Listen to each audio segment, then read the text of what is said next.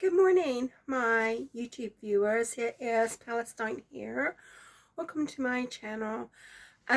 This morning I'm going to be talking about something that I wanted to talk about yesterday, but I couldn't talk about it because I was so upset about not being able to get to my doctor's surgery.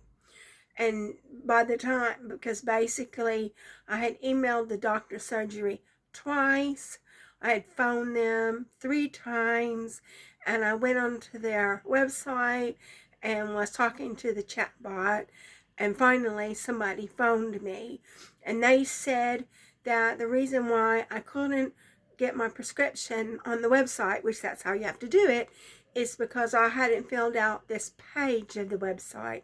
So they texted me the page of the website that I was supposed to fill out. So I filled out that page of the website.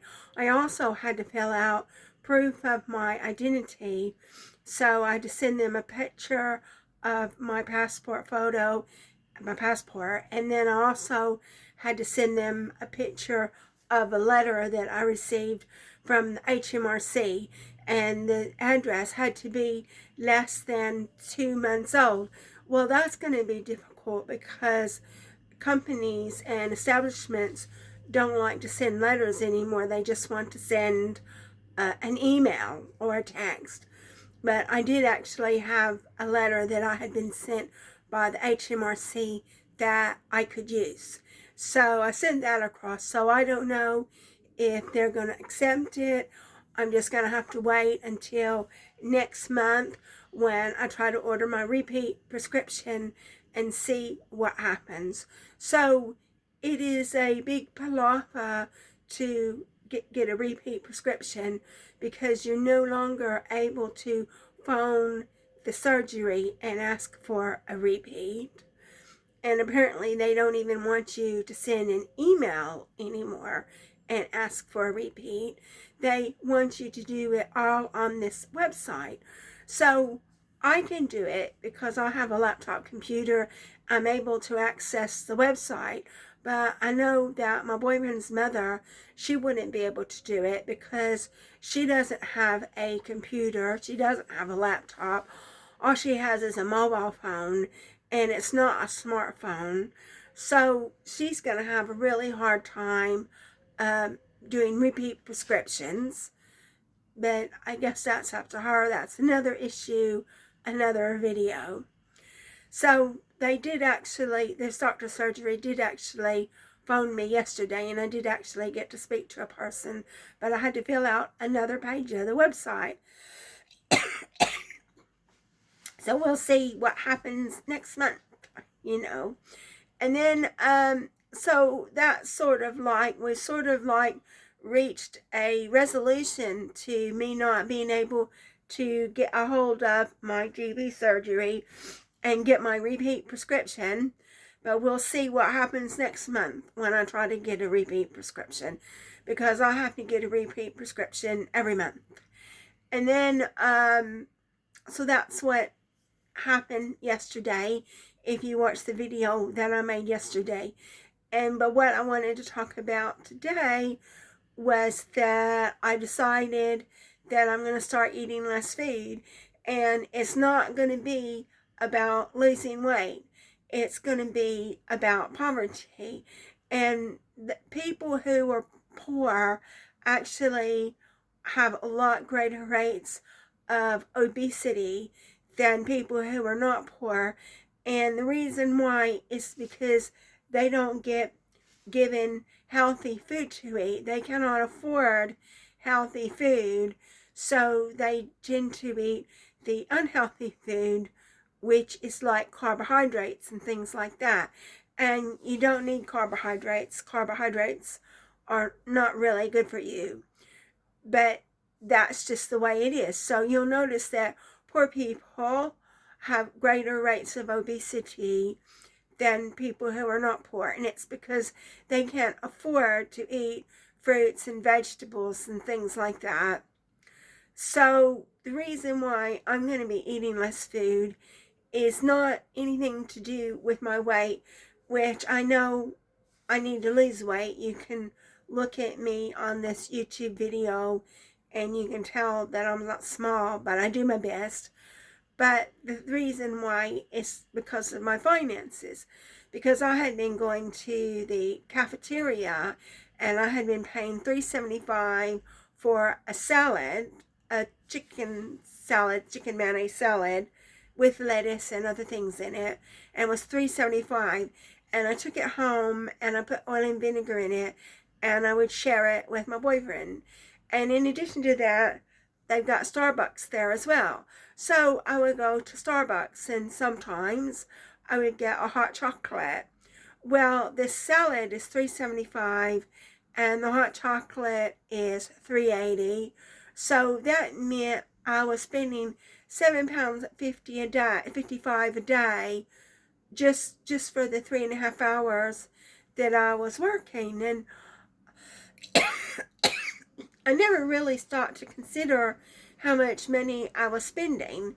But a couple weeks ago, when I was with my Sikh friend and we were sitting down calculating our expenses, and I realized that, my rent is $510 now. My council tax is about $135. My electricity is about £100 a month. My water is about £60 a month. My phone is about £60 a month. And my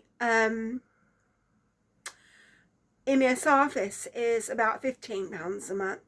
So if you take all of those values, which I haven't got a calculator in front of me to do it, but if you take all of those expenses and you add them up, it totals up to less than £900 a month. So before I've bought any food or clothes or paid for my medication, which I have to pay for medication as well, like fungal nail infection medication and things like that, and emergencies such as a bed frame and an air fryer, and now I need a new rice cooker, and I promised my Sikh friend I would get him a vacuum cleaner for Christmas, and I promised my boyfriend I would get him a tablet and a keyboard for Christmas and birthday. That's not included in the £900 a month. And so I thought about it and I thought, well, you're spending all this money on a salad, $3.75, and a hot chocolate, $3.80, and I thought you can't really afford to do that. You're poor, you're living on the breadline. You can't afford to eat like somebody who isn't poor. So I've decided that I'm going to give up the salads, even though they were good for me, but give up the salads and give up the hot chocolate, even though it was a treat, because I can't afford it.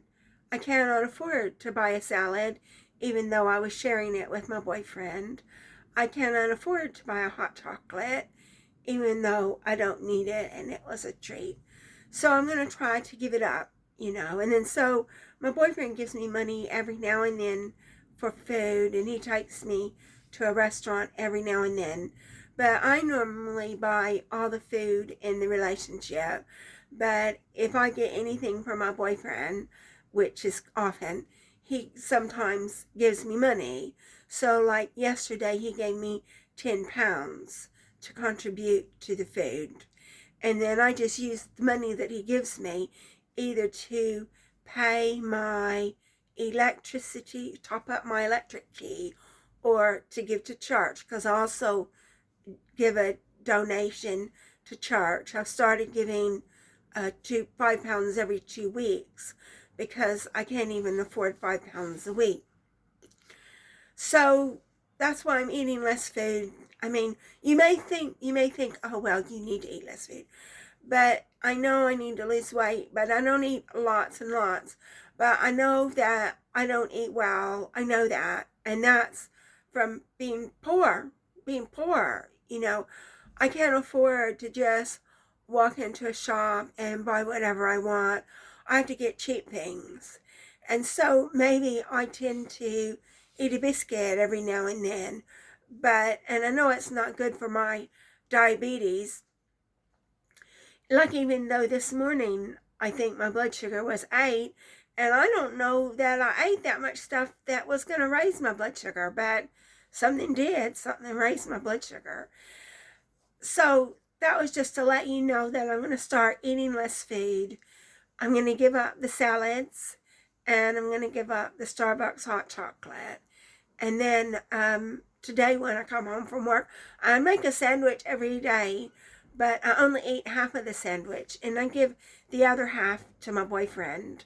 And the reason why is because I'm just not a big sandwich fan, because I have to have a sandwich every day for my lunch, and I'm not a big sandwich fan. So when I get home today, I'm going to have a piece of chicken that we got in a handout and some coleslaw that my boyfriend bought for me. And I'm going to take a sweet potato, and I'm going to cook it in an air fryer. So that's going to keep me going till dinner tonight. So that's just what I wanted to let you know, that I'm eating less food, and it's not anything to do with my weight. It's to do with poverty. And then I watched videos and read articles.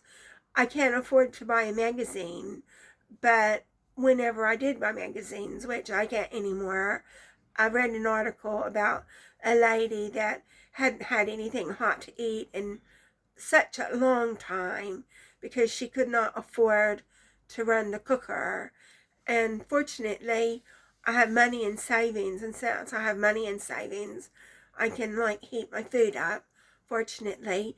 If I didn't have any money in savings, I wouldn't be able to do that. But I just live in a tiny apartment, and it's like a studio apartment, really. And it's £510 a month just for the apartment, and that's not including the council tax and the utilities. And I have to pay electricity and water. The utilities are electricity and water. So I pay a lot of money just to keep this roof over my head. And then basically, I've also had a virus for the last few days. I've been sneezing a bit, and my throat was hurting, and I've been really tired. So Tuesday night, we went to a handout, and I could barely walk, but I did make it home, and then I washed my hair and went directly to bed. And then yesterday, I was really tired too. So I didn't get to do all the things that I wanted to do yesterday because I wanted to make a blog post. Well, I made the blog post, but I haven't submitted it to Medium Publications. And the reason why I was just so tired, I just wanted to lay down. And so sometimes, even if I can't sleep, it just refreshes me just to lay down and rest. And so this morning, I wanted to put my blog post on Medium Publications. But it was almost 9 o'clock. And then I thought, well, you're cutting it a bit thin, and you might not finish it in half an hour. So go ahead and make this video. So I still haven't got to put my blog posts on Medium Publications. But that's going to be another thing that I'm going to do today when I get home. And when I finish that blog post, then I'm going to start studying again, because the next thing I want to work on is an advanced Excel course. And so I've got to study to learn this advanced Excel course. So I think that's it, except for the fact that this morning my boyfriend set the alarm for 7 o'clock. And I really like my boyfriend a lot because he leaves me alone. He lets me do what I want to do. And that's the difference between my boyfriend and my Sikh friend. My Sikh friend demands my attention 24/7, and I can't do that. I can't give him attention 24/7, even though that's what he wants. And so I can't spend a lot of time with him because he's not able just to sit there and read a book or watch a video. I know he can't read very well. He can read a few words, but he's not able to just watch a video, leave me alone, let me do the things that I need to do. But my boyfriend does. He just leaves me alone, lets me do the things that I need to do. So he set the alarm for 7 o'clock, and I thought, oh well, I'll go ahead and get up too, even though I don't normally get up at 7 o'clock. And I told my boyfriend, I said, I'm not living, I'm just existing. And that's exactly what I'm doing. I'm just existing. What is my life all about? I just get up every day. I go to work. I do the same things every day. I'm just waiting until I'm not here anymore. So I'm not living. I'm just existing. I mean, I haven't been able to go on a holiday. We went to Bournemouth for a day, and obviously that didn't go as well as I would have liked for it to go. If it had been just my boyfriend and me, it would have been a lot better because we would have just been walking around Bournemouth. But that's another thing that I wanted to put in this video, that I'm not living, I'm just existing. So I think that concludes this video. If you like my video, please like and subscribe. Thank you so much for taking an interest in my very pathetic life.